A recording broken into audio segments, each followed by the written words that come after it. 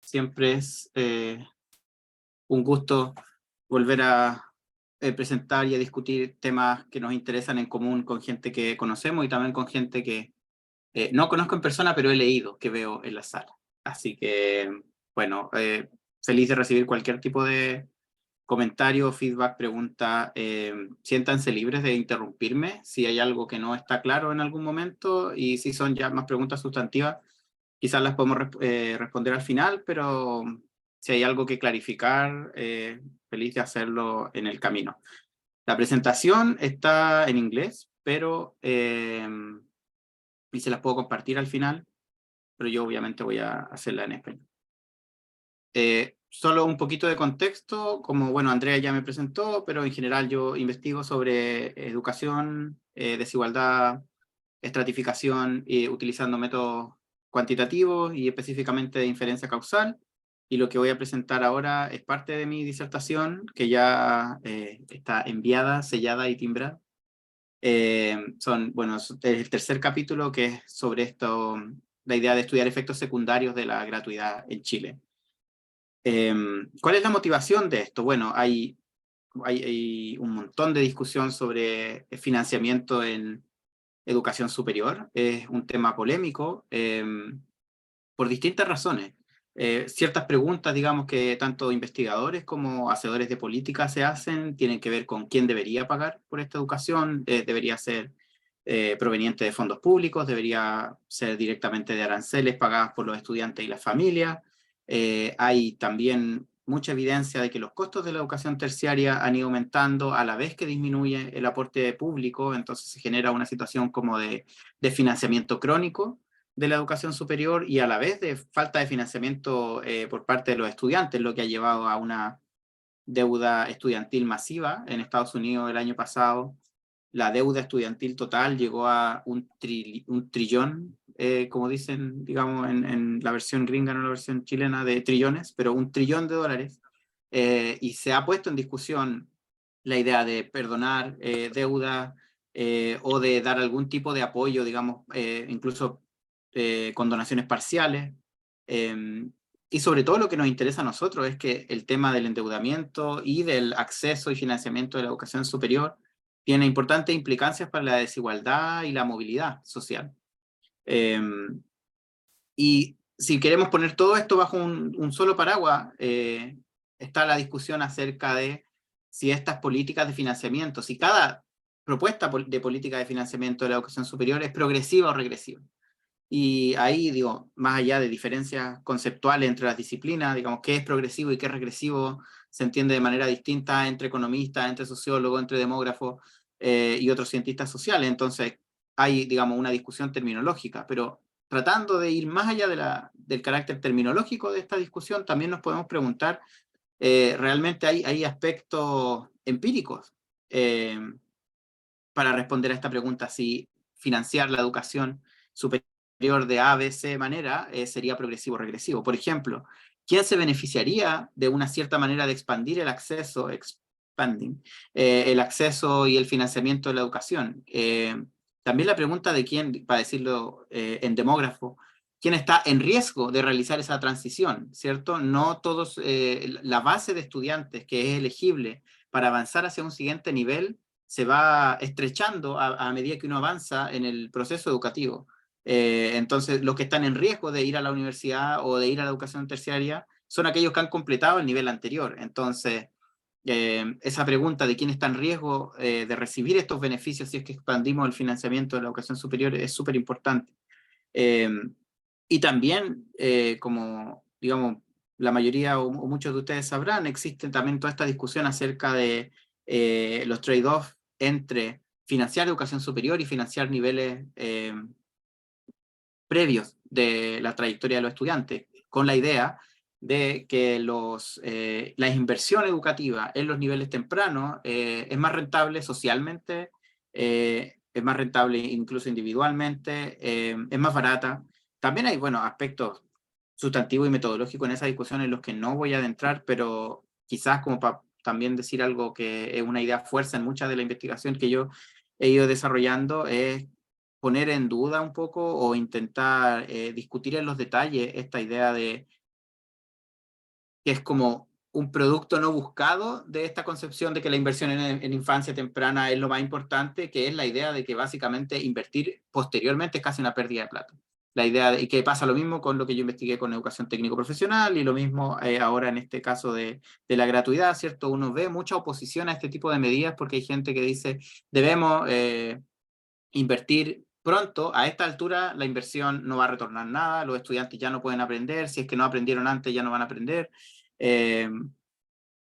Bueno, ese es como, digamos, un subtexto político casi o ético de esta discusión. Y finalmente también está la pregunta de quién se beneficia más, que es algo que ha hecho, digamos, mi advisor en UCLA, Jenny Brandt, que tiene ahí algunas contribuciones importantes, esta idea de quién se beneficia más de asistir a la educación terciaria, si son las personas que digamos, hay selección positiva o selección negativa, ¿son los más beneficiados aquellos que tienen más probabilidad de asistir o son realmente los grupos que tienen menos probabilidad de asistir a la educación superior los que serían más beneficiados en caso de ir? Y para hacer una aclaración, digamos, del nombre de esto, ¿por qué hablo de efectos secundarios? Principalmente por 3 razones. La primera tiene que ver con que la política de gratuidad en Chile fue diseñada, la motivación principal tiene que ver con cómo transformar la educación superior misma, ¿cierto? Cómo diversificar a el cuerpo de estudiantes que asiste a la educación superior, cómo evitar el endeudamiento de esos estudiantes, pero la pregunta aquí tiene que ver con cuáles son los efectos secundarios, o sea, los efectos no deseados, no buscados de esta política en otras poblaciones que no son el target de la política de gratuidad. Por otro lado, ese grupo que ha afectado, el que yo estoy estudiando, son los estudiantes secundarios. Entonces, nuevamente tenemos la idea de efectos secundarios. Y estas son cosas que, como lo presenté, digamos, hace una semana para una audiencia que no está familiarizada con la educación, el sistema educativo chileno, ni con el movimiento estudiantil que ha llevado a políticas como la gratuidad, son cosas que uno tiene que explicar, pero bien sabemos que los estudiantes secundarios han sido partícipes activos de todas estas movilizaciones, o sea, su capacidad de anticipar aquello que los va a beneficiar en un futuro existe y se traduce al menos en prácticas de involucramiento político de los jóvenes. Digamos, en las marchas participaban los secundarios, etc. Entonces es esperable que también esa población de estudiantes pueda reaccionar a una política como esta. Y en particular, digamos, y esto aquí citando a Andrea y a la gente que trabaja en esta línea de efectos primarios, secundarios, la idea de los efectos secundarios que se discute en la tradición de estratificación social tiene que ver con efectos en decisiones, más que efectos en performance, por ejemplo, efectos en aprendizaje, es cómo ciertas políticas o contextos pueden afectar las decisiones de los estudiantes. Entonces, cuando hablo de los efectos secundarios de la gratuidad, estoy hablando de los efectos no buscados en la población de estudiantes secundarios y específicamente en sus decisiones educativas. Y el outcome que voy a estar estudiando ahora va a ser específicamente deserción escolar, pero digamos voy a entrar en esos detalles un poquito más adelante. Ahora, digamos, lo que viene a continuación es simplemente darles brevemente un framing general teórico, digamos, de lo que me inspira en esta discusión, revisar un poco la evidencia que existe y luego ir directo a los resultados. En términos, digamos, sociológicos, cómo los sociólogos piensan, y las sociólogas, por supuesto, piensan en las transiciones educativas, cómo piensan, imaginan que este proceso de transitar continuar en la educación, transitar un nuevo año ocurre. Existen 2 teorías que yo diría son la base de la cual sale cualquier otra explicación en términos sociológicos. Una es el modelo de Wisconsin o de Status Attainment Models, y después están los modelos de elección racional. En el modelo de Wisconsin se pone mucho énfasis en las expectativas de los estudiantes y cómo la socialización, tanto en la familia como en la escuela, van generando en los estudiantes una predisposición a obtener cierto nivel educativo. Si todo el mundo espera, si tú creces en una familia donde, no sé, tus padres fueron a la universidad, todo el mundo a tu alrededor espera que tú asistas a la universidad, esa expectativa se va internalizando y un estudiante actuaría en conformidad con esas expectativas de su entorno. Y por otro lado, los modelos de acción racional ponen más bien el énfasis, intentan, digamos, bypassear este tipo de explicaciones, si uno quiere llamarlas culturales o de socialización, para decir que simplemente los estudiantes están haciendo evaluaciones de costo-beneficio en cada momento en que se enfrentan a la necesidad de tomar una decisión de continuidad o no. Y los costos tienen que ver no solamente con el precio, digamos, de continuar en un cierto nivel educacional, sino costos de oportunidad, y en el caso de, digamos, el beneficio, algunos autores ponen énfasis en la idea de evitar la movilidad descendiente y otros hablan de, en el fondo, la búsqueda de una movilidad social, pero básicamente, si uno comienza por el modelo de Wisconsin o uno comienza por el modelo de elección racional, por los dos caminos deberíamos tener razones para esperar que los estudiantes secundarios respondan a una política como la gratuidad. Primero porque digamos, en una política como la gratuidad puede generar un shock de expectativas, puede generar de expectativas sociales, de expectativas familiares, de lo que es posible, y por lo tanto los estudiantes se pueden sentir impulsados, digamos, a continuar en este proceso educativo, y por otro lado, evidentemente cambia los costos y la probabilidad de éxito, al menos subjetivamente, en la educación superior. Y aquí, digamos, quiero también traer a colación una referencia a Robert Merck en un texto así, es como, bueno, Robert Merck, que falleció hace no muchos años y que tuve la suerte de discutir algunas de estas cosas con él antes de que falleciera. Ponía, digamos, él es un pionero en este estudio de las transiciones educativas, y el modelo de Mer o el modelo de las transiciones se ha utilizado mucho para estudiar cómo los estudiantes y sus familias toman estas decisiones, pero era algo que él mismo consideraba era una limitación, o no del modelo mismo, sino de cómo había sido utilizado. Incluso él llegaba, digamos, a afirmar que este tipo de aproximaciones que solamente se centran en el contexto familiar e individual son aproximaciones asociológicas, donde todo, digamos, todo ocurre a través de, digamos, el mecanismo que explica las transiciones educativas sería cómo las familias realizan sus cálculos de manera atomizada, individual. Y él dice, lo que tenemos que hacer es poner sobre la mesa todos los múltiples e interdependientes, digamos, factores que operan a distintos niveles institucionales y que son responsables para explicar los patrones de transición educativa. Entonces, en este caso, por ejemplo, yo estoy estudiando una política que se aplica a nivel nacional, como es la gratuidad, y cómo eso afecta las trayectorias de los estudiantes, más allá simplemente de intentar verlo desde el foco de familias y estudiantes individuales. En términos de la investigación en el contexto educativo, digamos, ¿no? Sociólogos de la educación o en general todas las personas que hacen en investigación en educación, se hacen distinciones que a mi parecer también son relevantes de traer a colación, por ejemplo, entre cómo predecimos las trayectorias de los estudiantes. Hay un foco predictivo aquí porque, digamos, con la idea de que si uno logra predecir que estudiante está en riesgo de desertar, uno puede intervenir. Y entonces se distingue entre cuáles serían características de los estudiantes, características de estatus que más que nada se asumen como inmodificables, por ejemplo, el origen social, la clase social, el contexto socioeconómico del estudiante, el barrio en el que viven. Dicen, bueno, un educador, imagina desde una escuela, no podemos hacer nada con eso. Eso es algo, el background de los estudiantes no es modificable para nosotros, pero sí hay factores de riesgo que están en control de las instituciones, ya sea de escuelas o instituciones de educación superior. De manera, digamos, relacionada, otros distinguen entre factores que, digamos, pull out o push out, o sea, son cosas que están tirando a los estudiantes hacia afuera de las instituciones educativas o son cosas que están empujando a los estudiantes hacia afuera de las instituciones. Que más o menos, digamos, es un espejo de esta distinción entre características de estatus y características de riesgo, ¿cierto? Las características de estatus serían aquellas que los tiran hacia afuera.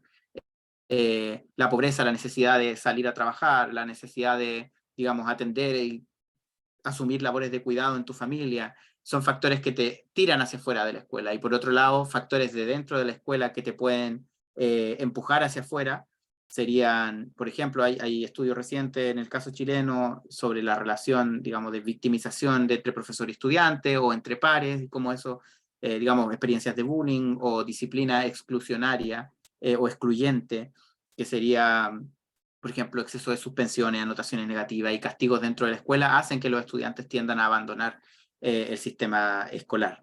Ahora, el problema es, una vez que tenemos estos factores predictivos, no necesariamente eso significa que vamos a poder intervenir en ello, ¿cierto?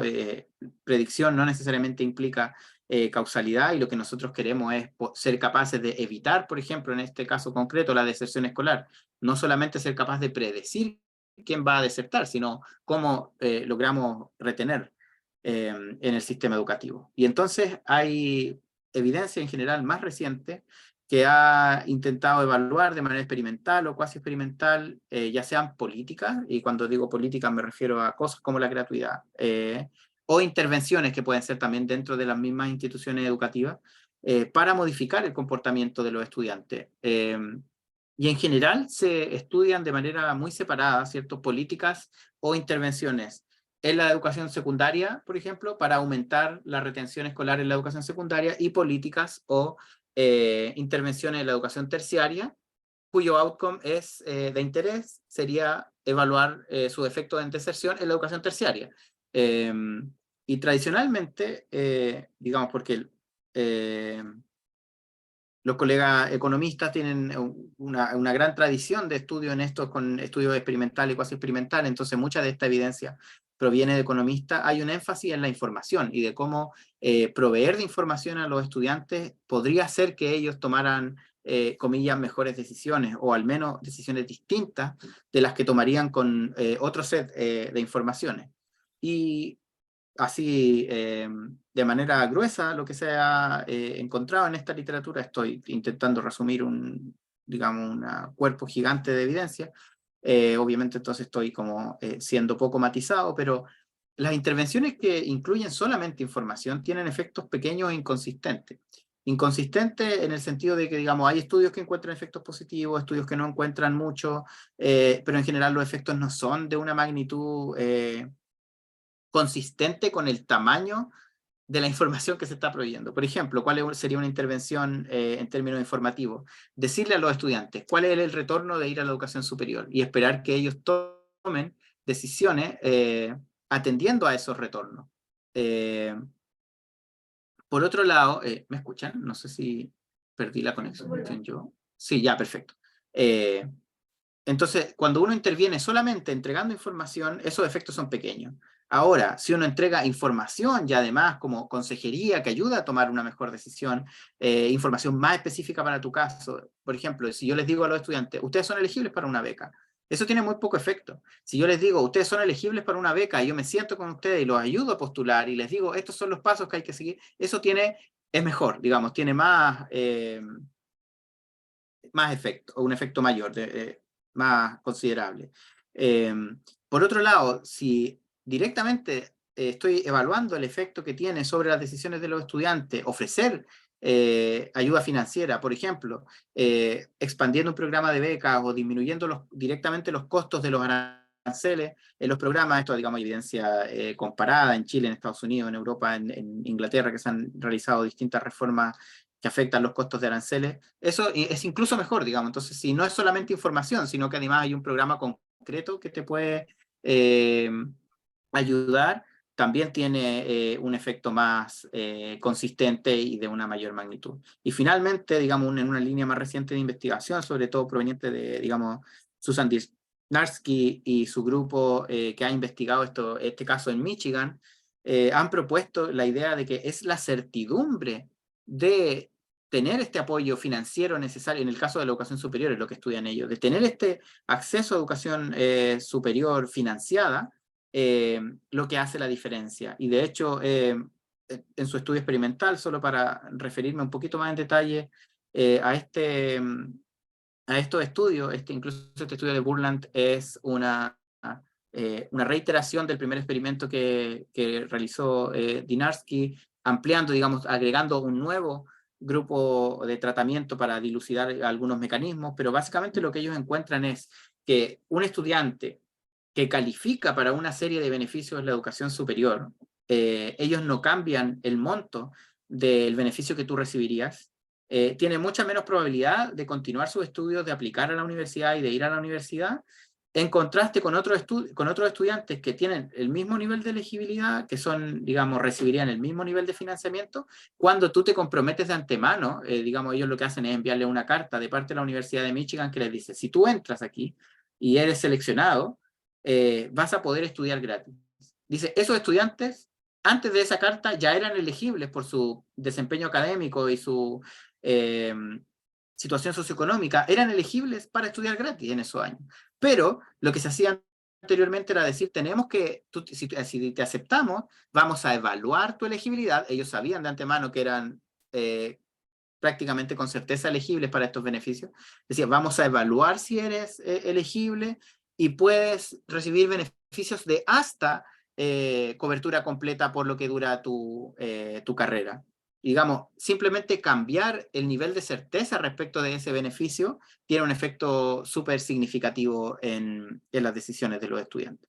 Ahora, en términos de efectos anticipatorios, hay mucho menos.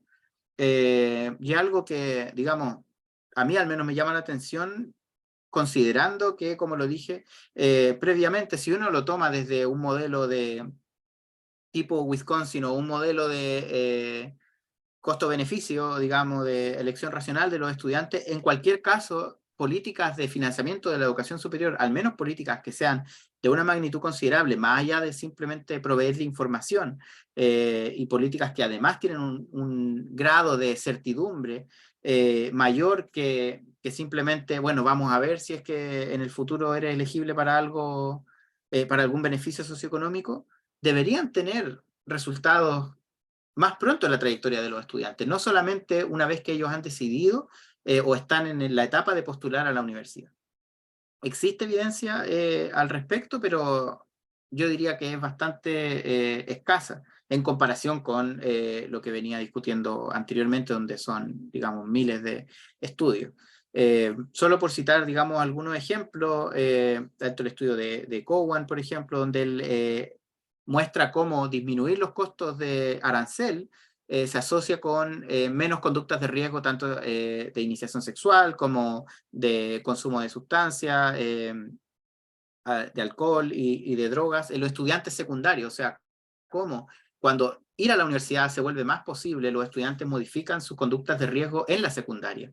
También tenemos este estudio que muestra lo opuesto, cómo cerrar un canal de acceso a la educación superior, que en este caso era acción afirmativa, genera mayores conductas de riesgo en los estudiantes que están afectados por estas políticas, o sea, estudiantes que en principio hubiesen sido potenciales beneficiarios de un canal de acceso a través de acción afirmativa, de acceso y financiamiento. Cuando ese canal se cierra, uno observa un aumento de los factores de riesgo de ese mismo grupo potencial beneficiario, digamos, en la estudianza secundaria.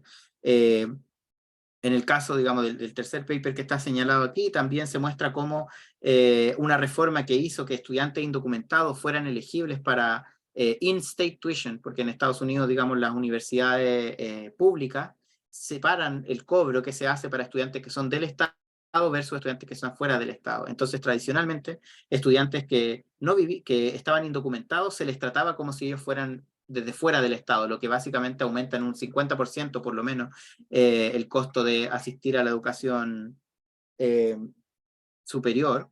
Y aquí lo que hacen es que esta reforma admite a los estudiantes indocumentados a ser tratados como estudiantes in-state. Y eso generó una disminución de la tasa de deserción en la educación secundaria y de los embarazos adolescentes. Y finalmente, en un estudio que usa datos chilenos, se muestra que la expansión del crédito, espérenme que tengo algo que está, un celular que suena detrás.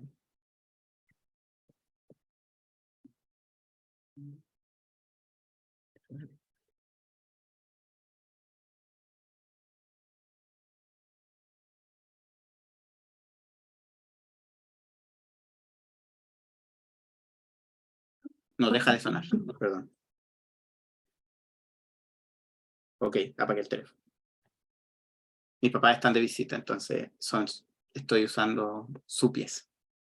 y su teléfono, que no sabía cómo apagar la radio. Entonces, esta expansión del acceso a crédito, en el caso chileno también muestran cómo disminuyó la deserción escolar y aumentó las expectativas de educación en los estudiantes secundarios en Chile. Entonces, básicamente lo que intento mostrar aquí es cuál fue el efecto de las políticas de la política de gratuidad en la tasa de deserción de los estudiantes secundarios chilenos. Esta parte la voy a hacer súper rápido, porque ustedes conocen probablemente el contexto institucional chileno, pero sí hay algunos datos que me gustaría poder compartir, porque quizás son un poco menos conocidos.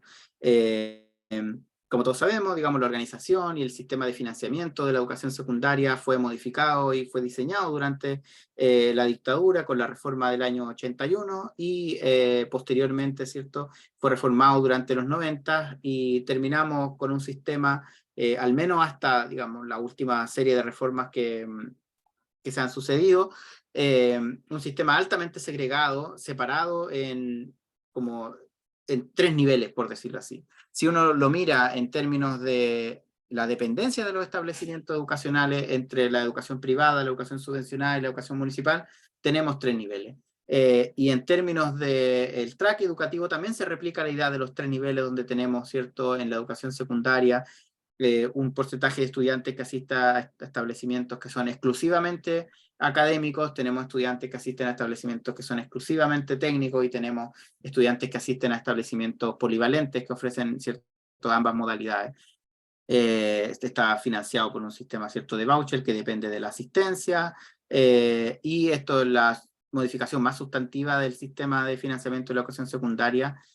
Ocurre, ¿cierto?, con la Ley de Subvención Escolar Preferencial del 2008, que hace que ciertos estudiantes sean elegibles para una subvención mayor y las escuelas tienen que cumplir ciertos requisitos para ser elegibles para la educación, o sea, para la subvención preferencial.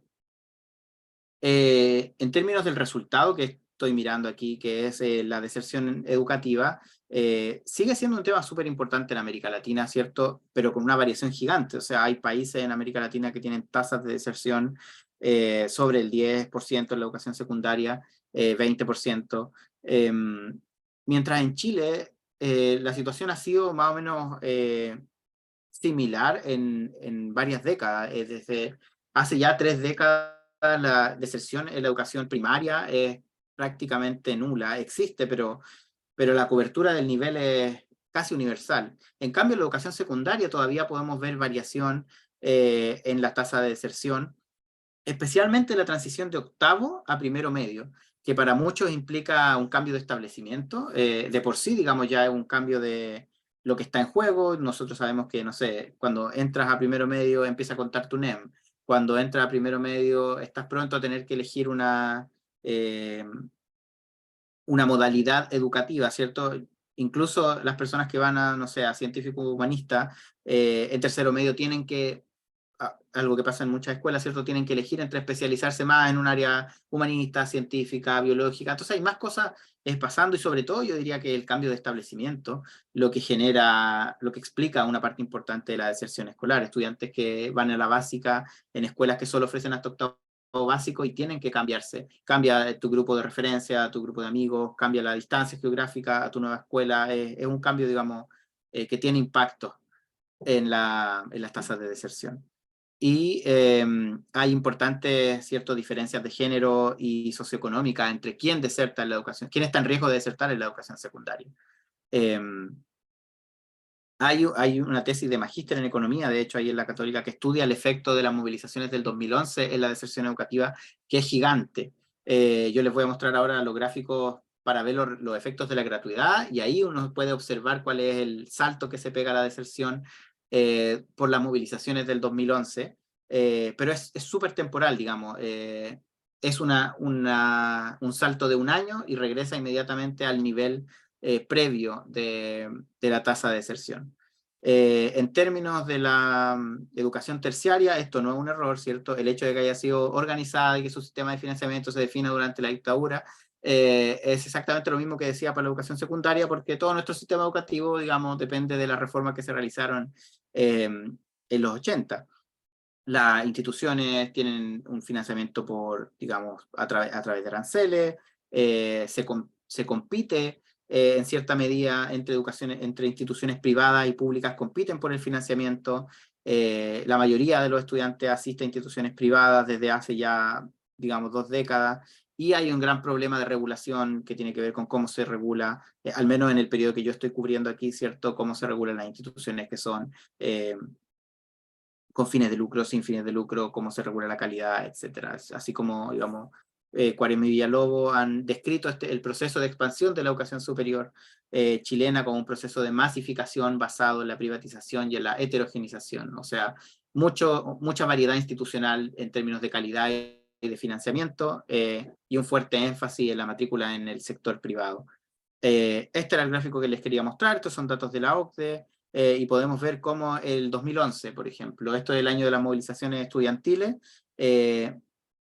teníamos que el gasto total en educación terciaria en Chile, el 20% correspondía a aporte público y el 80% correspondía a gasto privado, lo que nos ponía, digamos, en la cola de todos estos países que estamos comparando.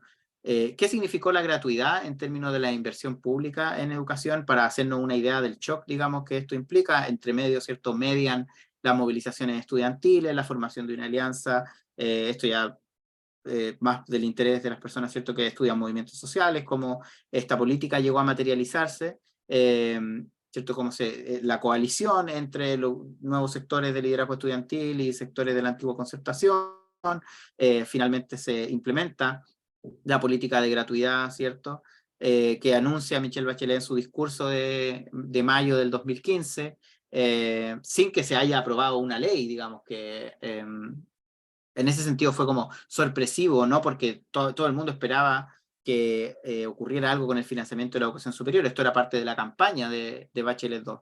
Pero el anuncio, digamos, fue también un poco sorpresivo en la medida en que cuando ella dice desde el próximo año vamos a tener gratuidad, no estaba, digamos, presupuestado, no estaba discutiéndose incluso el proyecto que permite esto, y en los términos en los que Bachelet anunció la gratuidad fueron en cierta manera distintos de los términos en los que se aplicó, precisamente por esto, por el problema legal de que tiene que aplicarse por glosa presupuestaria y no por ley. Y si uno ve, esto es un simple, digamos, gráfico de los Google Trends, la línea roja aquí corresponde a la búsqueda, digamos, gente en Chile que googlea becas. Y hay siempre en enero de cada año, en la época de postulaciones, un alza. Y aquí vemos que solo en 2016 la búsqueda por gratuidad aparece y se repite, digamos, cada año en la época de postulación a las universidades, como la gente busca gratuidad. Y esto era simplemente para mostrarle que no había nada respecto de la gratuidad antes de que en el 2016 se implementara. Bueno, esta política se implementó finalmente en el 2016 en 30 instituciones públicas y privadas sin fines de lucro, benefició el primer año el 50% de menores ingresos, y al siguiente año se expandió a más instituciones, especialmente, ¿cierto?, 12 nuevas instituciones técnicas de nivel superior se incorporaron, y se expandió al 60% de menores ingresos. Y con la política de gratuidad, aquí podemos ver que el gasto en Chile, público versus privado, ¿cierto?, en educación terciaria, pasa desde este 80-20 que teníamos, pasa a una distribución de 60-40, donde el 60% corresponde a aporte público y el 40% corresponde a el aporte de la familia. Entonces es realmente un cambio de una magnitud bien drástica en apenas un par de años. Entonces, si no hay preguntas hasta este punto, voy a brevemente referir a mis datos y mostrarles los principales resultados. Esto, digamos, yo para estudiar el efecto de la gratuidad en deserción, utilicé datos que están disponibles a través del Ministerio de Educación. Son datos de matrícula, que son los datos que se toman en abril de cada año, y los datos de, ¿cierto?, las bases de resultados que se toman en diciembre de cada año, construyendo, digamos, datos de sección cruzada repetida entre los años 2009 y 2020. Estoy solamente mirando estudiantes en el sistema regular, o sea, no estoy mirando ¿Qué pasa? Que es algo que me interesaría mirar a futuro, pero ¿qué pasa con los estudiantes en el sistema remedial, digamos 2x1? ¿Qué pasa cuando has abandonado el sistema educativo y si hay gente que retorna para terminar cuarto medio? Posgratuidad, pero en este caso es solamente con estudiantes en el sistema regular, y entonces aquí digamos, mi variable de exposición de interés es si está expuesto o no a, a la gratuidad, siendo mi, digamos, variable resultado principal la deserción escolar. También tengo otros análisis que nos voy a mostrar ahora sobre cómo esto afecta la repitencia, el abandono de la escuela durante el año escolar y la elección de track educativo, digamos, técnico profesional versus científico humanista, y análisis por subgrupo, dependiendo de sexo, región, el grado específico en el que estamos estudiando la deserción, la modalidad educativa y la dependencia. Y básicamente para construir el dato de deserción, lo que se hace es tomar la matrícula de un año y ver si es que ese estudiante, habiendo, digamos, no egresado de la educación secundaria, si sigue matriculado en algún establecimiento un año después. Entonces, lo que quiero decir básicamente, sí. Solo para dilucidar una duda, estás mirando fundamentalmente deserción entre estudiantes que están matriculados entre primero medio y cuarto medio, ¿no? Entre octavo y, digamos, entre octavo y cuarto medio, sí. Ya. Incorporé octavo porque, como mencionaba, ese es donde se produce la gran deserción entre octavo y primero medio. Entonces, esa cola la quise incorporar y básicamente estoy mirando estudiantes que transitan a primero medio hasta egresar de cuarto medio. Pero gracias por la pregunta para aclarar.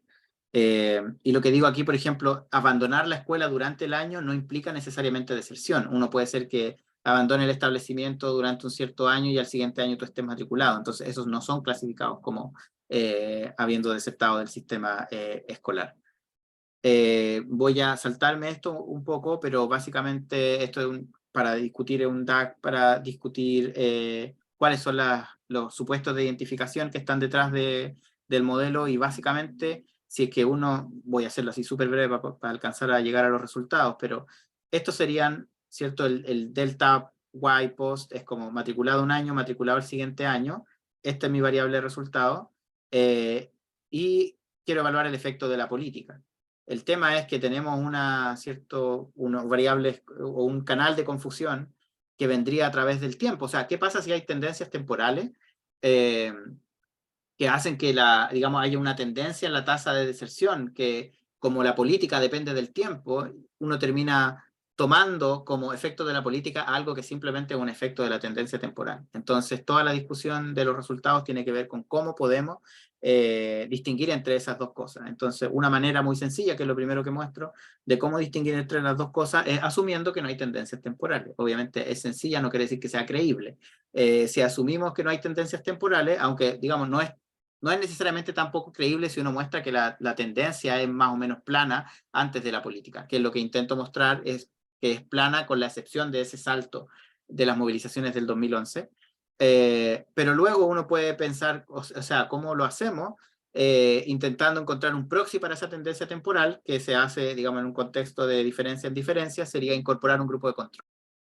Y en este caso, mi grupo de control va a ser los estudiantes de escuelas particulares pagadas, que son prácticamente con certeza no elegibles para el beneficio de la gratuidad. Entonces uno no esperaría una respuesta de ellos a la política de gratuidad. Entonces vamos a usar a ese grupo para construir un contrafactual y poder evaluar cómo esto se construyó. Entonces básicamente este es el mundo en que queremos. Esto es, si es que nosotros podemos directamente intervenir en la política, aleatoriamente asignar la política, digamos, en un año o a un cierto grupo, queremos ver cuál es el efecto. Pero en realidad lo que tenemos es este mundo observacional en que la política depende completamente del tiempo, y entonces lo que deberíamos hacer es, digamos, bloquear este factor tiempo, que, como ya dije, voy a intentar hacerlo de dos maneras. Uno, asumiendo que es plano, y la segunda es construyendo este grupo, utilizando este grupo de control. Entonces, Pablo, para mí, sí. una pregunta en los DAX, ¿la M qué es? La M son como las variables mediadoras que yo considero aquí en la dependencia, en el fondo, tú estás matriculado aquí en un cierto año y yo quiero ver si estás matriculado en el siguiente año. Y eso depende en parte de cierto, hay una línea, hay un canal directo, pero también hay aquí factores, mecanismos, mediadores que tienen que ver, por ejemplo, con repitencia, con tus notas, ¿cierto? Estudiantes que repiten es menos probable que se vuelvan a matricular en un año siguiente, estudiantes con bajas notas es menos probable que se vuelvan a matricular.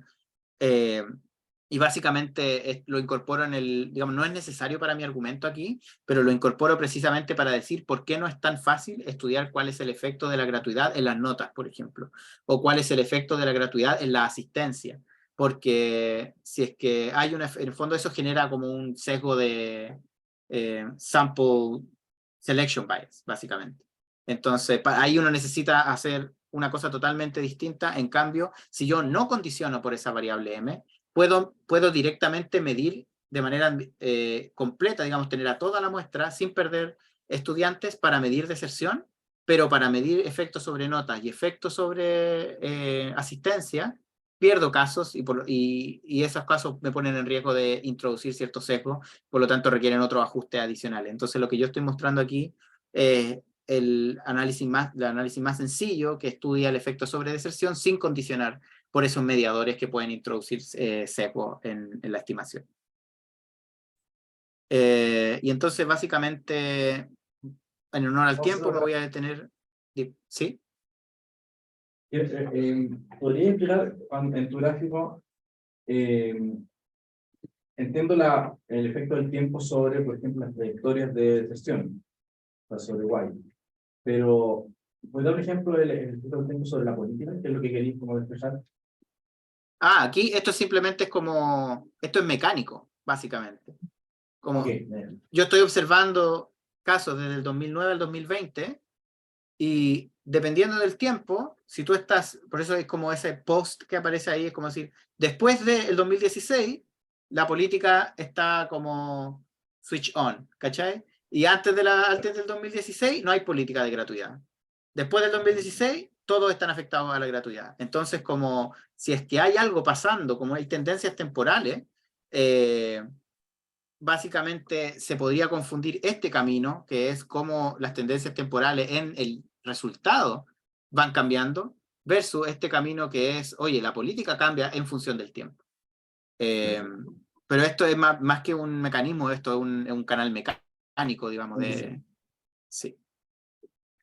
Entonces voy a ir a los resultados rápidamente. Hice distintos tipos de análisis, pero lo que voy a mostrar es esto último, digamos, hay un análisis que se llama de regresión segmentada, donde si tú tienes una serie de tiempo interrumpida, puedes hacer, digamos, una regresión a cada lado del tiempo y ver cómo cambia los interceptos y las pendientes. Y después simplemente puedes tomar ciertos dummies anuales y ver cuál es la proporción de deserción respecto de un cierto año de referencia, que en este caso es el año previo a las políticas de gratuidad. Entonces, cómo la deserción escolar, la proporción de estudiantes que desertan de la educación secundaria, entendiendo cómo los que desertan entre octavo y cuarto medio, varía cada año con respecto a ese año base. Y después, incorporando este grupo de control, ¿cierto? Podríamos hacer un diferencia en diferencia o trajectory balancing, que es básicamente, imagínenselo como una suerte de matching o de rebalance, cosa de que, digamos, en diferencias tú admites que el nivel de los grupos sea distinto siempre y cuando la tendencia sea similar. En este caso lo que hacemos es decir, ok, ¿por qué no le pongo pesos al grupo de control para que sea como lo más exactamente igual posible a la trayectoria pre-tratamiento, sí, pre-exposición o pre-política del grupo de interés? Entonces, aquí esto es lo de la regresión segmentada, me lo voy a saltar. Esto es lo que algunos describirían como un estudio de eventos de un grupo. Aquí no hay grupo de comparación, esto es el total de estudiantes a nivel nacional. Y aquí lo que vemos, este es nuestro año base, el 2015, la decisión del 2015. Le agregué para hacernos una idea de la magnitud, ¿cierto?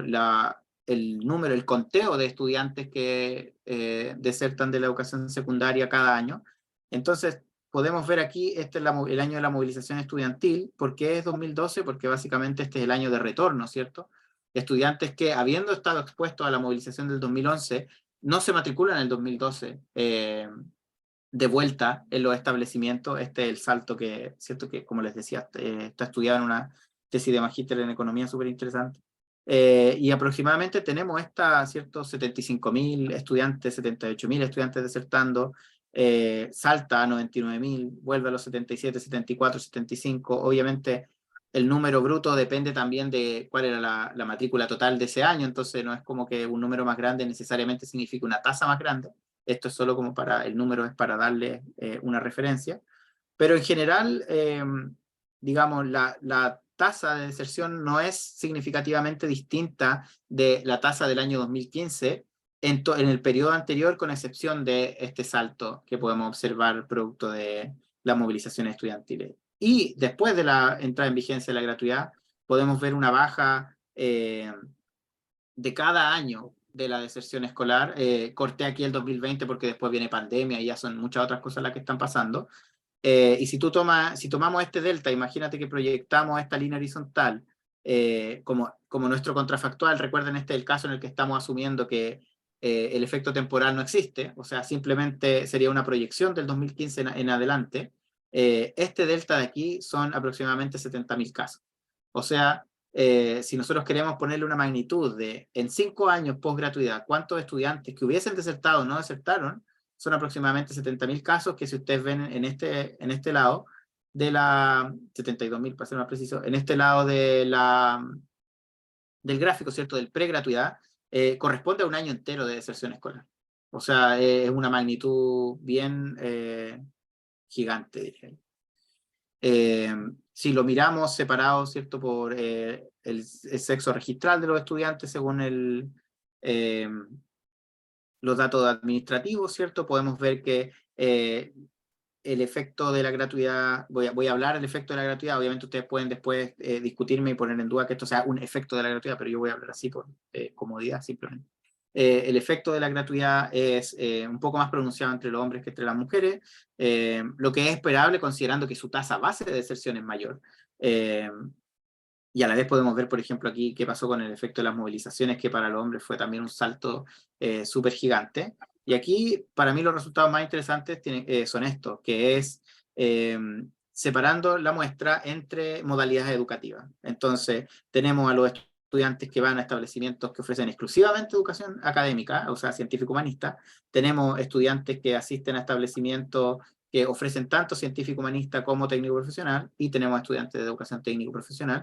Y básicamente lo que observamos aquí es, de nuevo, el patrón del salto en el 2011-2012 se repite en todos lados. Nadie se salvó de eso. Y los estudiantes de educación científico-humanista, digamos, ven una bajada de su tendencia, pero que es menor, considerablemente menor a lo que ocurre con los establecimientos polivalentes y educación técnico-profesional. O sea, los estudiantes más desaventajados socioeconómicamente o más vulnerables socioeconómicamente, o al menos para no, ¿cierto?, estar cometiendo falacia ecológica, pero en este caso es como 1 a 1. Los estudiantes que asisten a los establecimientos educacionales con población más vulnerable son los que observan una reacción más pronunciada post-gratuidad en la disminución de la deserción escolar. Y el caso de los estudiantes de establecimientos científico-humanistas es súper llamativo, porque ellos no tenían una tendencia plana antes de la política, sino que iba al alza la deserción en estos establecimientos. Ustedes pueden ver aquí, ¿cierto?, que, digamos, omitamos ese salto del 2011, va hacia arriba y luego se revierte la tendencia de deserción.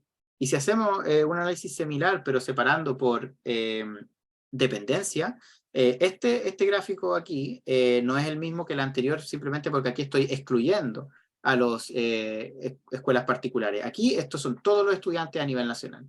Yo digo ahora, ¿qué pasa si separamos los que van a establecimientos privados, particulares pagados, y los que van a establecimientos municipales más subvencionados? Y aquí podemos ver de nuevo la tendencia plana antes de la política y la caída post-política, que no se replica para nada en el caso de los establecimientos particulares pagados, donde sigue, digamos, sin ninguna respuesta en relación al pre-post gratuidad. Y en las escuelas públicas, como es esperable, en base a este argumento, digamos, de que tiene que ver con la reacción del beneficio que están recibiendo. Aquí vemos lo que los establecimientos públicos son los que ven disminuir la tasa de deserción más que los particulares subvencionados, que son un compuesto, podríamos decir, de estudiantes elegibles y no elegibles. Los estudiantes en escuelas municipales, muy probablemente, casi con certeza, podemos decir que son elegibles, en términos socioeconómicos al menos, para la política de la gratuidad. Son del 50 o 60% menos, digamos, de menor ingreso, mientras en los particulares subvencionados hay mucha más varianza en el nivel socioeconómico de los estudiantes, habiendo algunos elegibles y otros no, y por lo tanto es esperable que su respuesta sea menos pronunciada.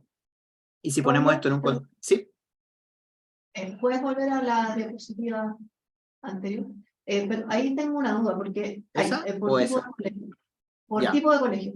Porque acá como que trato de entender quiénes son. Porque, ok, en el caso de las escuelas municipales son los estudiantes elegibles, ¿no? Que cumplen con las condiciones socioeconómicas. Claro. ¿Cierto?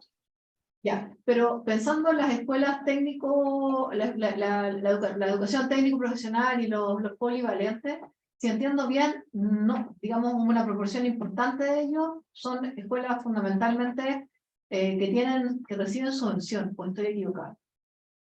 Sí, sí, o sea, no hay escuelas particulares pagadas que son técnico profesionales. Ya, y tampoco hay muchas que son municipales, ¿cierto? Que brindan educación técnico profesional y polivalente, o estoy equivocado. No, ahí sí hay. O sea, en las escuelas municipales los polivalentes tienen una presencia importante. Ya, pero no los técnicos profesionales. También. O sea, como tanto los técnicos profesionales como los polivalentes son una mezcla de subvencionados con municipales. Ya. Okay. En ambos casos. Entonces, claro, es como un poco redundante, digamos, no son totalmente independientes de este análisis, esto. Pero sí como que, bueno, quizás lo que habría que ver es como hacer la doble, digamos, separación y tomar tanto la dependencia como la modalidad educativa. No sé si, bueno, son todos los casos, entonces debería dar el ENEPA para hacer algo así.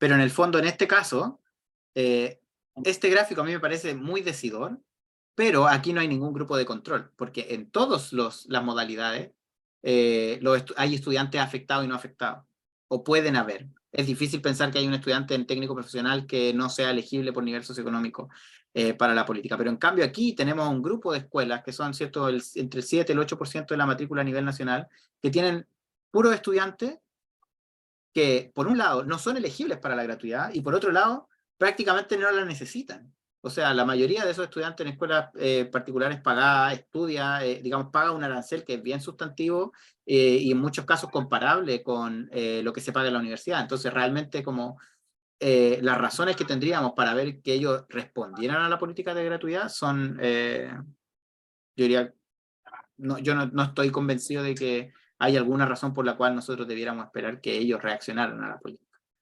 Y ahora, digamos, los últimos 2 minutos que me voy a tomar es para, ¿qué pasa si en el fondo, aquí todo esto yo estoy tratando de ser lo más transparente posible, digamos, paso a paso, como voy construyendo el supuesto y el modelo, ¿cierto? Entonces, quería mostrar los datos así, tal como en bruto, ¿cierto? Esto ni siquiera es un modelo, o sea, es un modelo, pero son puras dummies por año, digamos, y estoy mostrando por separación de grupo. Entonces ahora estoy diciendo, ¿qué pasa si tomamos esto y esto, que es el total de la muestra, ¿cierto? Y construimos un diferencia en diferencia, donde esto me va a ayudar a construir un contrafactual que va un poco más allá que simplemente decir, asumamos que la línea plana continúa, sino que observemos la tendencia de un grupo. Entonces, este análisis es a nivel, ¿cierto?, un poco más agregado, y lo que observamos es, digamos, las tendencias son similares, no iguales, antes de la política, y si estimamos, ¿cierto?, el coeficiente para la diferencia entre estos dos grupos por cada año de esta ventana que se va moviendo, ¿cierto? Vemos que básicamente está relativamente centrado en 0 antes de la política, ¿cierto? Hasta el tiempo del 2015, y los efectos no son significativos, excepto quizás, ¿cierto?, esta caída aquí que como que rosa, esto igual este intervalo de confianza es el 90%, entonces el 95% es un poco más amplio, pero aún así es como marginalmente significativo quizás, pero en general es como plano, y luego, una vez comenzada la política, vemos que esta misma tendencia descriptiva se replica en el modelo de doble diferencia. Y si hacemos la balance de trayectoria, también podemos observar lo mismo. Básicamente, este estimado, la línea negra aquí serían los establecimientos municipales y subvencionados, su tendencia temporal. Y la línea azul punteada lo que nos muestra es este contrafactual construido a través de estudiantes privados, que son los mismos que estamos usando aquí como comparación, pero reponderados para intentar, ¿cierto?, que concuerden con la trayectoria previa. Entonces vemos que la concordancia, por supuesto, no es perfecta, pero es, digamos, bastante claro que las tendencias divergen solo una vez que uno mira el periodo post-2015. Y si usamos esto mismo para estimar el modelo del efecto por año, también observamos que básicamente no hay nada antes de la gratuidad en estas diferencias, y una vez que la gratuidad está vigente podemos ver esta caída en la deserción escolar en los establecimientos municipales y subvencionados. Entonces, en conclusión, sí. ¿Podría dar un poquito más de detalle qué va en la función con la que hace la modelación del contrafactual? Porque, o sea, veo que la cuestión obviamente no es una función del tiempo, porque tiene como, no es muy, ¿cómo proyectar la línea contrafactual? ¿Qué va en tu modelo? O sea, en este, pero en este modelo, ya, en el balance de trayectoria básicamente es, imagínate que tienes los mismos, estos son los datos brutos, ¿cierto? Tú tienes esta tendencia y esta tendencia. Se ven más o menos similares. Entonces, una primera aproximación sería simplemente decir, ok, corramos un modelo de diferencia en diferencia donde tú calculas el pre-post que se mueve en una ventana, ¿cierto? Tiene 2 puntos temporales y 2 grupos y hace la doble diferencia por una ventana que se va moviendo. Y eso es lo que se muestra aquí. Entonces, esta es la ventana que se mueve. Y la segunda pregunta es, espérate, pero una cosa es que estemos viendo que las tendencias son más o menos paralelas, y bajo el supuesto de que las tendencias hubiesen continuado siendo paralelas en el periodo post-política, podemos estimar este modelo. Aquí lo que estamos diciendo es cómo lo hacemos para básicamente forzar a que las tendencias no hubiesen sido solo paralelas, sino que fuesen la misma tendencia en el periodo previo a la política. Y entonces, básicamente, lo que hay aquí es que la línea azul punteada es una versión reponderada de los establecimientos particulares pagados. Entonces tú buscas la ponderación, digamos, estoy tapando con la mano la pantalla, qué ridículo. Imagínate que no ves esta parte. Y en la parte anterior, digamos, del 2015 hacia atrás, tú observas la línea negra, que es la tendencia de los establecimientos que te interesan a ti, los factuales, digamos, y tú quieres construir un contrafactual para eso, entonces encuentras los ponderadores a través de, digamos, de un proceso de optimización que te asigna cuáles son los ponderadores que tú le puedes poner a los distintos establecimientos particulares pagados para que se parezcan lo más posible a esa trayectoria. Y entonces, una vez que llegue... ¿Con qué hiciste la ponderación? ¿Qué fue la característica de los... Ya, no, es que esto no es, por eso dije que es como un matching, porque básicamente la ponderación es en la tendencia misma del resultado. No es como que sean establecimientos que se parezcan en su número de matrícula, o que sean establecimientos que se parezcan en su tamaño, o establecimientos que se parezcan en su composición socioeconómica.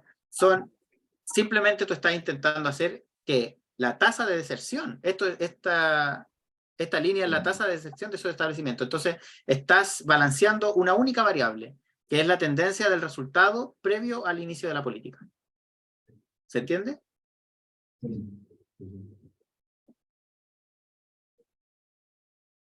Sí. Ya, perdón, no escuché. Entonces, después, una vez que comienza esto, porque tú, digamos, los datos que utilizas para hacer ese balance son previos al 2015. Entonces, si tú logras que esa trayectoria esté balanceada previo a la política, luego, por decirlo así, tú como que lo sueltas y dejas que su tendencia siga su curso natural, y ese fue el curso natural de los establecimientos particulares pagados versus la tendencia que siguió en los municipales y subvencionados. Se puede agregar igual, en este caso, digamos, solo usé los datos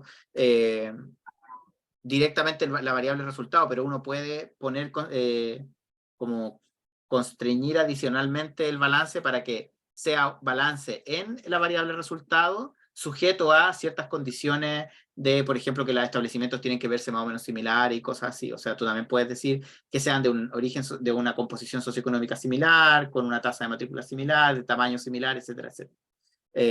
Pero en este caso estoy mostrando, ¿sí? ¿Por qué elegiste esta estrategia versus hacer matching? Es básicamente lo mismo. O sea, en términos conceptuales, digamos, en términos de identificación, es lo mismo. El argumento sustantivo que yo tengo que hacer para que esto sea creíble, tú tienes que estar convencido de lo mismo. En este caso, que hacerlo con matching.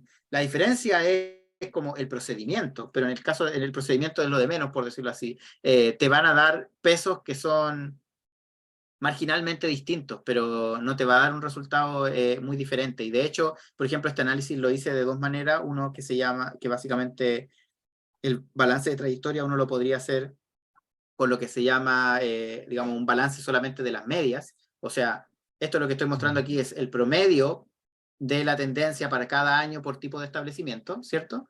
Pero también hice otra cosa que se llama como kernel balancing, que básicamente intenta balancear momentos adicionales en la distribución de tu resultado. Entonces, no solamente es que el promedio de cada año sea igual, sino que el promedio y la desviación estándar, el promedio y el segundo, el tercer y el cuarto momento, digamos.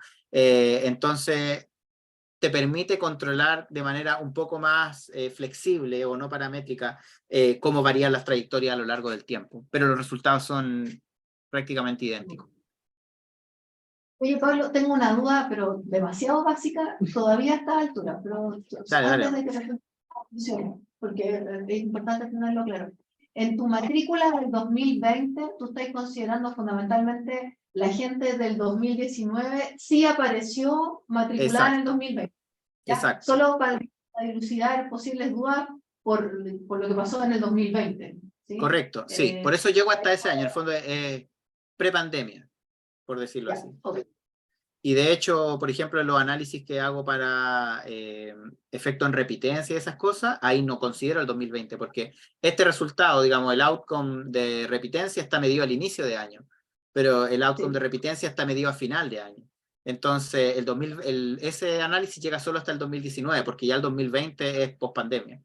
En este caso es 2020 prepandemia, por decirlo así. Pero post-estallido. Okay.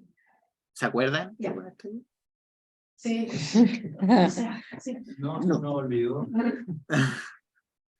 Y bueno, o sea, en términos, ya sé que me pasé un montón,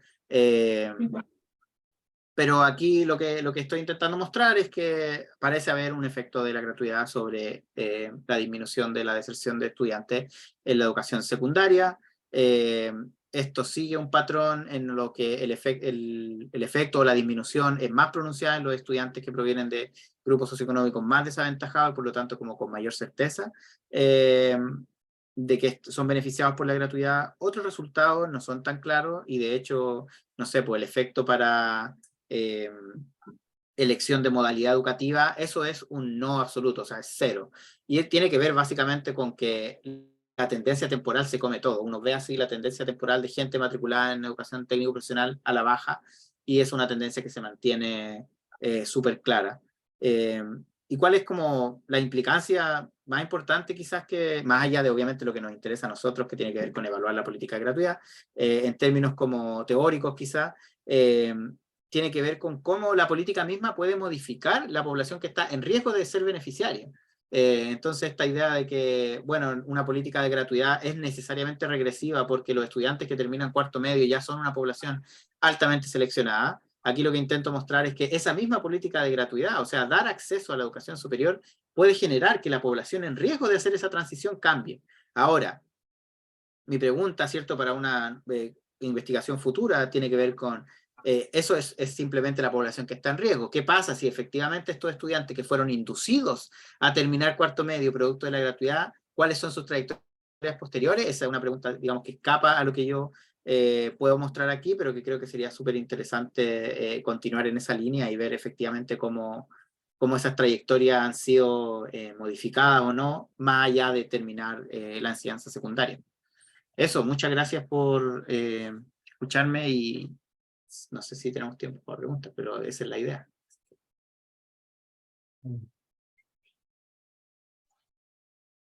Oye, quedan Pablo, pocos. ¿Se escucha, Pérez? Escucho. Está vigente. Quedamos pocos porque teníamos un grupo importante de presentes acá, de asistentes que se fueron a clase, pero hay varios que están conectados, así que sería interesante poder recoger brevemente sus consultas Yo tengo comentarios. y los que están presentes también. Dile que eso sí, que las preguntas las hagan mejor por el chat, para que no se extienda tanto. Súper. Los que están en el chat podrían escribir sus preguntas, o sea, los que están en Zoom podrían escribir sus preguntas se las hacemos a Pablo para ir avanzando. Luis, vale. Pablo, ¿me escucháis? Sí, perfecto. Ya, pues, felicitaciones. También ver el producto de tu investigación. Dos comentarios. Bueno, aparte de las cosas teóricas, que hay cuál hubiera sido el efecto esperado desde el punto de vista teórico del tratamiento que tú estás viendo, ¿ya? Pero me imagino que eso lo has trabajado sobre todo si estáis dialogando con sociología. Dos comentarios. Uno es el tratamiento. ¿Cuál es el tratamiento? ¿En qué sentido? ¿A qué nivel es una política pública? ¿El nivel de exposición es a nivel de los individuos o es un grupo que está siendo afectado en su totalidad?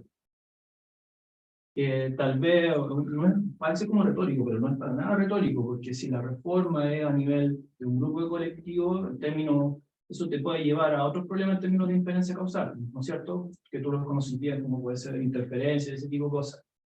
Entonces, ¿cómo pensáis ese problema? Y lo segundo, esto es bien metodológico, ya, pero aprovechando que estáis tú, una de las cosas que he notado en la última discusión de los economistas, sobre todo diferencia e indiferencia, son que estas balancing trajectories generan ponderadores negativos. No sé si hay visto la magnitud de ese problema para ti, y estuve hace poco una presentación de su Bizarreta que era bien crítico con este tema, el que decía, ¿qué significa un ponderador negativo? Que una persona pondere negativamente. Entonces, bueno, eso, ya, para no dar el paso a las personas. ¿Puedo ir contestando mientras después leo la siguiente? Sí. Ya. Ya, lo primero sobre de quiénes están expuestos, creo que yo también creo que no es una pregunta retórica, es una pregunta súper fundamental y de hecho por eso trato de ir como paso a paso en esto. Trato de ser como, de hecho después me retaba mi advisor cuando le mandé una copia de este capítulo y me decía que eres muy negativo respecto a lo que tú mismo estás haciendo. Y yo así como, pero ¿por qué deberíamos creer esto? ¿Por qué deberíamos pensar que esto es plausible? Pero básicamente en una primera versión, en una primera aproximación, efectivamente todos están expuestos. Todos están expuestos a la política. Es un N1, en el fondo de Chile sin gratuidad, Chile con gratuidad, ¿cachai? Y entonces ahí el problema no sería la interferencia, sino más bien que no podéis calcular ningún error estándar con eso. Por otro lado, después como que intentar separar, pero ser explícito en que este es un ejercicio también teórico, es un argumento teórico de por qué algunos están expuestos y otros no, y eso es lo que intento hacer con los estudiantes de los particulares pagados, y argumentar simplemente porque por qué ellos no deberían responder a la política, porque ellos no están afectados en ese sentido. La política, digamos, no hay ningún factor de elegibilidad que esté directamente amarrado con el tipo de establecimiento, según entiendo. A que me corrijan si estoy equivocado, pero no hay ninguno. El tema es tu nivel socioeconómico individual. Y yo no estoy usando esos datos aquí, los tengo y los voy a usar para intentar ver la elegibilidad individual o un proxy de elegibilidad individual. Digamos, tenemos con datos CIMSE, podemos pegar y podemos saber más o menos si un estudiante sería o no elegible para la gratuidad y entonces ver cómo responden los elegibles versus los no elegibles, pero en torno a a ese umbral de elegibilidad, hay también, hay incertidumbre. Entonces, si bien yo traje a colación esta idea de la importancia de la certidumbre para generar un impacto en las decisiones, lo que estoy diciendo es que esto provee una certidumbre mayor que simplemente tener que postular a una beca o un crédito. Pero la certidumbre no es completa, uno tampoco sabe, uno tiene que postular a la gratuidad, te dicen que no, tienes que apelar, entonces también hay un componente de incertidumbre, y precisamente por eso, intentando hacerme cargo de cosas como interferencia, es que lo pienso más bien como una exposición a nivel de escuela. ¿Y por qué? Porque en el fondo yo me imagino, así, me imagino, sociológicamente, pero me imagino, que el proceso, digamos, el impacto que tiene una política como la gratuidad en expectativas y en tu cambio de planes, tiene a las escuelas como una caja de resonancia. Entonces tú no sabes si estás arriba o abajo del umbral de elegibilidad. Tú no sabes si realmente la va a tener o no la va a tener. Pero la dinámica que eso genera en decir, oye, ¿sabéis que en realidad sí podemos seguir estudiando? En realidad sí puedo terminar cuarto medio y hacer algo. Es algo que pasa o que al menos es plausible pensar que existe esa interferencia, esa contaminación en las escuelas. Por eso, digamos, todo el resultado que estoy mostrando son deserción a nivel individual, pero la diferencia es realizada, ¿cierto? Como clusterizando a nivel de escuela. Pero yo creo que es una pregunta súper válida y súper importante. Como al principio es como, por eso a esto le llamo single group event study. Es como, tenemos un solo grupo. Nadie ha afectado antes, todos son afectados después, no estamos haciendo ninguna distinción. Y después incorporamos el grupo de comparación, que serían los estudiantes de particulares pagados, dando las razones que doy para decir por qué ellos no deberían estar afectados y por lo tanto nos pueden servir como un contrafactual, pero no, digamos, una línea adicional sería incorporar información que nos permita, ¿cierto?, tener como un proxy de la elegibilidad individual, y ahí ya podríamos hacer un análisis incluso un poco más fino que esto. Y en términos de los ponderadores, sí estoy cacho, de hecho creo que vi esa presentación de su bizarreta con la idea de los ponderadores negativos. Me acuerdo incluso hace millones de años atrás, cuando fue invitado y hizo una presentación en Casa Central,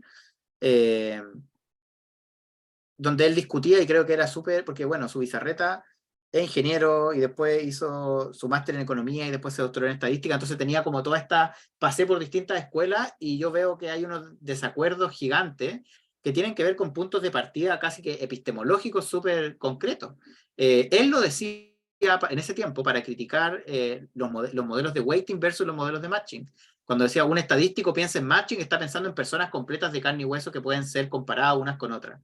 Y cuando tú tienes algo como no sé, modelos más desarrollados en economía o en ciencia política, machine learning, como, ok, utilicemos ponderadores y creemos un Frankenstein que va a ser nuestro grupo de comparación. Y eso para un estadístico era como, no, pues eso, no, si tú estás tratando de imitar un experimento, en un experimento tú no puedes asignarle el tratamiento a un tercio de esta persona, a un quinto de esta otra persona. Pero yo diría que a la larga, por lo que yo he visto, las diferencias no son tan grandes.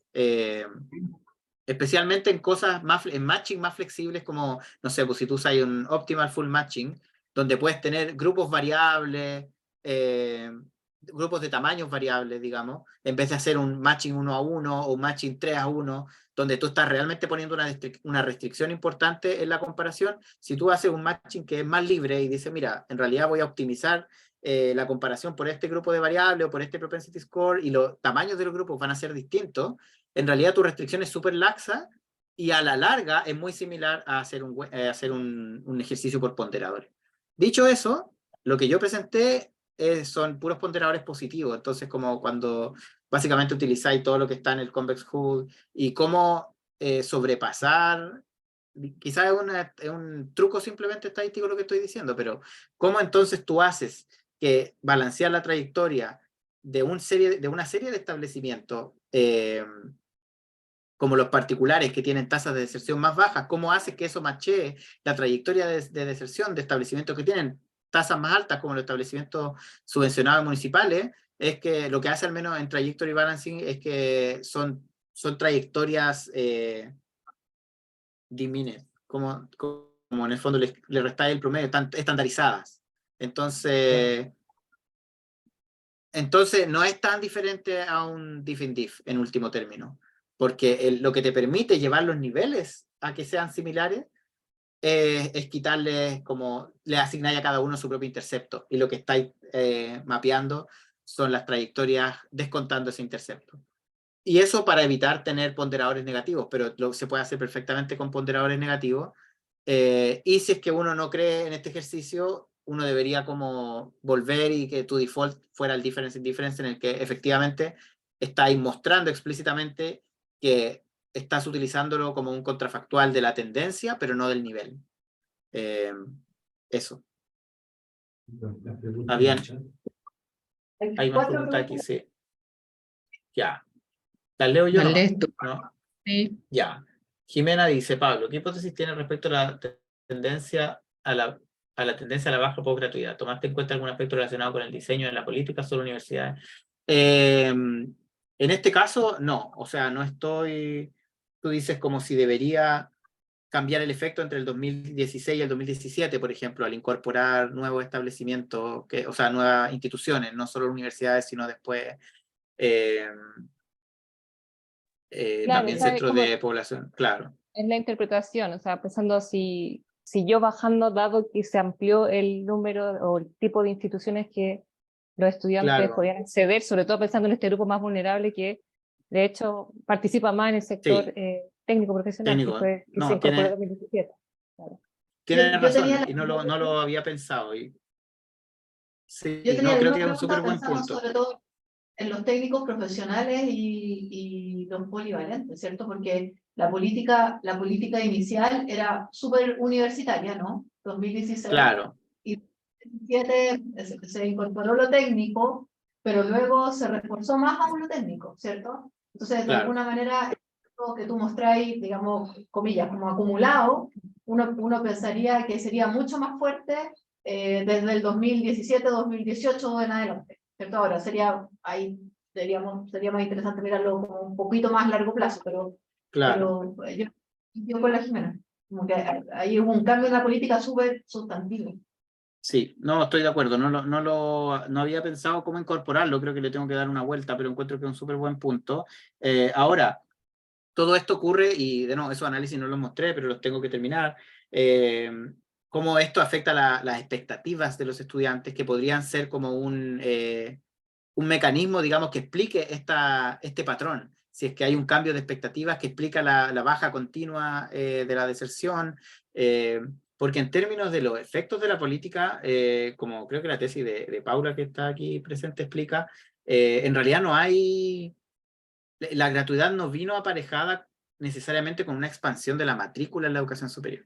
Entonces, si uno mira como efectivamente los estudiantes no estaban desertando porque tenían la posibilidad real de continuar en la educación superior, es como, no sé, porque el porcentaje de estudiantes que continúan en la educación superior se ha mantenido más o menos estable, ha cambiado la composición, pero no necesariamente la matrícula.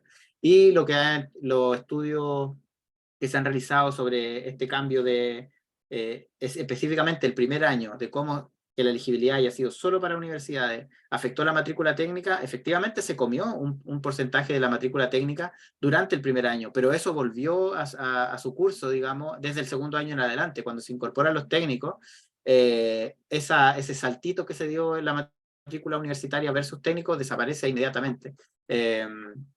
Pero eso no quiere decir que en términos de las expectativas para los estudiantes haya sido algo mucho más real quizá. Si es que ellos no tenían planes de ir a la universidad y es como, la gratuidad no nos considera, pero luego desde el segundo año sí está incorporado, puede ser que haya una reacción especialmente en esos establecimientos. Pero creo que es un súper buen punto para darle más vuelta. Nicolás dice, ¿cuál es el mecanismo? De nada, feliz, gracias por la pregunta. No el foco, pero ¿cuál es el mecanismo causal? Si el efecto es directo sobre la respuesta o en verdad está afectando una media hora las expectativas. ¿Cuál es tu opinión? Yo creo que eso, como la granularidad con la que uno observa, define ese tipo de cosas. O sea, como yo estoy mostrando un efecto directo de la gratuidad sobre la deserción, pero ¿qué significa eso? O sea, como claramente tienen que haber mecanismos, tienen que haber mediadores que están explicando esto. Yo intento hacer plausible este relato, digamos, y esta respuesta de dos maneras, haciendo alusión a esta, digamos, tradición sociológica en explicar las trayectorias educativas, que tienen que ver con, ok, puede haber un shock de expectativa, o puede haber un shock de simplemente como de cálculo, que uno dice, ahora esto es más plausible, es más posible para mí ir a la universidad, si los costos de ir a la universidad o ir a la educación terciaria en general disminuyen de manera considerable. Entonces, también otro mecanismo posible, específicamente en línea con lo de elección racional, es la idea de la aversión relativa al riesgo y cómo, y que eso también explica en parte por qué ¿cómo se llama? Los estudios que estudian intervenciones meramente informacionales muestran resultados más o menos inconsistentes, porque existe un cierto supuesto, más allá de los descuentos temporales, de que si uno hace un análisis costo-beneficio, el costo y el beneficio son simétricos, ¿cierto? Y me refiero a los descuentos temporales porque obviamente un consumo actual no es lo mismo que postergar consumo para cierta cantidad de años, eso está incorporado dentro del marco, pero son simétricos en el sentido de que si tú esperas que ir a la educación superior te reporte cierto beneficio, tú deberías ser capaz de como incorporar ese factor en tu cálculo y, por ejemplo, asumir deuda, pero que digamos que después se va a pagar con la inversión, porque esto es una inversión, ¿cierto? La educación es un bien de inversión. Entonces, esa respuesta, ese gasto, o sea, o esa deuda que tú asumes, se debería retribuir en el futuro con los beneficios que te va a reportar haber estudiado la educación superior. Pero está también súper estudiado que existe una aversión al riesgo, por ejemplo, la aversión a endeudarse, que es diferente para distintos grupos sociales. Entonces, ese también es un mecanismo plausible de por qué una política como la gratuidad. Hay gente que dice, oye, si al final la gratuidad versus tener acceso a una beca, por ejemplo, no es mucha diferencia para un estudiante individual que ya era elegible para las becas. Pero a nivel subjetivo, digamos, la aversión que tú puedes tener a un crédito o a una beca parcial es distinta. Entonces, creo que eso también es un mecanismo plausible y de hecho eso es una línea en la que espero poder seguir trabajando, que es intentar, en cierta manera, dilucidar los mecanismos de este cambio. O sea, ver qué está pasando, qué pasó en las escuelas, qué pasó en los estudiantes, qué pasó en sus familias, qué pasó con sus expectativas, qué pasó con sus preferencias de postulación y cómo esto es una respuesta también a la política. Eso, gracias por la pregunta. Voy a la de Tania. Creo, ¿no? Esa es la que... Sí. Se pregunta si pudiste considerar los cambios, los efectos a lo largo del tiempo post gratuidad. En otras palabras, ¿hay efecto de acumulación de información o cambio en la implementación de la gratuidad por el tamaño? Es como un poco similar a la pregunta anterior, ¿cierto? Como si el cambio, por ejemplo, en la política, bueno, propone otro mecanismo ahí, Tania, también posible, que es como la acumulación de la información, como la gente familiarizándose con esto. Uno observa, no sé, mi hermana estudia con gratuidad, uno puede observar también como toda la desconfianza que hay, es como, no, si esta cuestión es media falsa, ¿no? Si te la van en algún momento te van a partir y te van a decir, no, usted no califica, no, o devuelva la plata, no sé, cualquier cosa, en verdad Igual pasa. O sea, no si pasa. te demoráis en terminar la carrera, te la cortan. Claro, no, pero pensando incluso antes de eso, o sea, ya en el califiqué o no califiqué el primer año, me dijeron que sí, después me dijeron que no, después me hacen la revisión, después te tienen que reevaluar, entonces como tiene un componente de estrés. Y bueno, una posibilidad, porque se ve de hecho que la tendencia va a la baja. O sea, la magnitud del efecto se acumula a lo largo del tiempo. Y la pregunta, hay una posibilidad es acumulación de la información, que es lo que está diciendo Tania. Otra posibilidad es lo que decía Jimena y Andrea sobre, hay un cambio en la política, pero en el fondo, desde que fueran solo universidades a que fueran universidades más CFT, IP, pero no se ve un quiebre tampoco de un año a otro, o sea, es como que el aumento es más o menos continuo. Lo que yo creo, y esa sería una tercera posible explicación, que es una explicación más bien demográfica, que es el efecto acumulado de años que tú has sido expuesto a esto. O sea, el primer año tenía estudiantes digamos, desde octavo hasta cuarto medio, y estudiantes que solo en cuarto medio estuvieron expuestos, estudiantes que solo en tercero y cuarto medio, estudiantes que en tercero y segundo. Entonces, esa acumulación de haber sido expuesto a la posibilidad de la gratuidad durante un periodo mayor de tu trayectoria educativa, creo que eso es lo que se está reflejando. Pero para evaluar eso es un poquito más complicado. Por eso lo hice simplemente como por año y la acumulación del total desde octavo hasta cuarto medio por año. Pero es posible, sería posible, digamos, intentar evaluar de dónde proviene esa acumulación. Si es que es un efecto como más demográfico del periodo de exposición a la gratuidad o quizás la acumulación de información, digamos, pueden ser muchas cosas ahí, pero creo que es como una pregunta súper relevante, porque al final, digamos, ¿de qué nos sirve saber solamente que hay un efecto de la política si no entendemos bien cuáles mecanismos están detrás de eso? Creo que es súper relevante. Paula dice, mi pregunta es sobre qué tipo de estudiante, más allá de la gran clasificación que realiza sobre estudiantes en colegios municipales y particular sancionados, crees que son los que están siendo afectados por la política para no desertar. Pregunto esto teniendo en cuenta que los resultados de las encuestas que salió ayer o hoy sobre los estudiantes de educación media en colegios vulnerables tienen poca información sobre la gratuidad. Creo que ese es también un tremendo punto a considerar, porque claro, es como... Por eso a mí me parece que el tema de progresivo-regresivo tenemos que ser más explícitos en a qué nos estamos refiriendo, porque si uno dice una política como la gratuidad es regresiva, porque beneficia solo a los que están en riesgo de terminar en cuarto medio, pero a la vez esos que están, o sea, los que terminaron cuarto medio están en riesgo de entrar a la universidad, pero a la vez ese grupo es más vulnerable que los que actualmente están entrando a la universidad.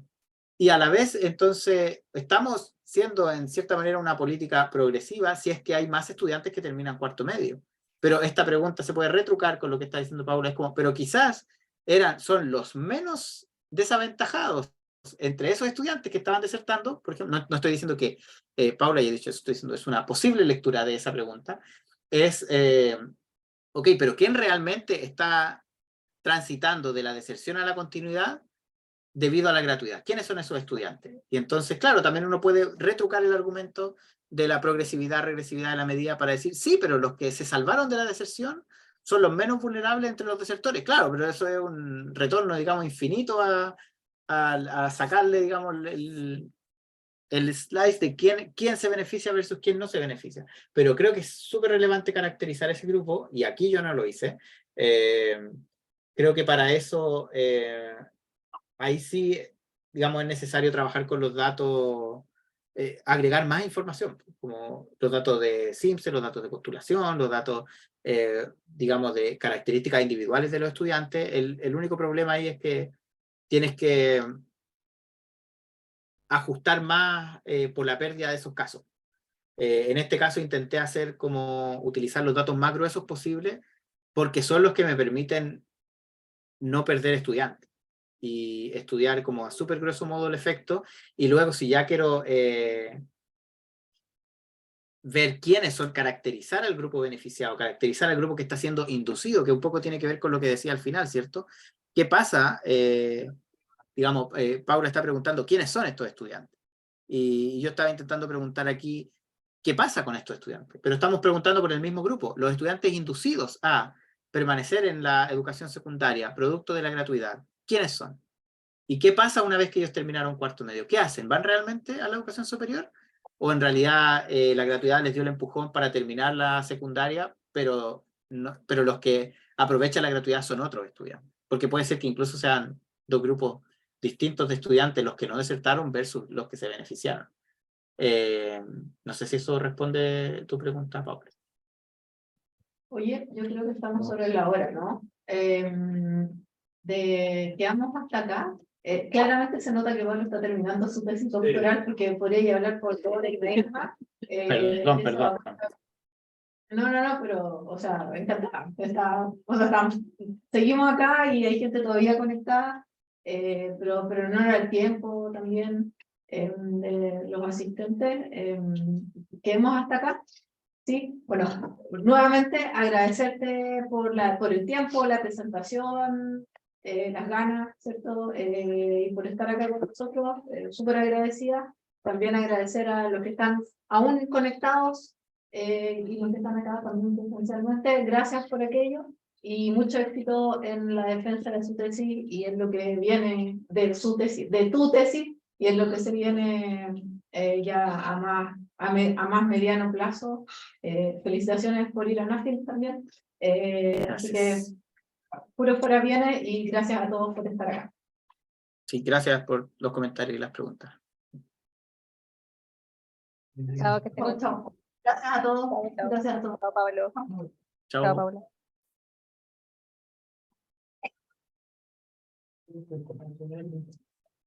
¿Se fue el café?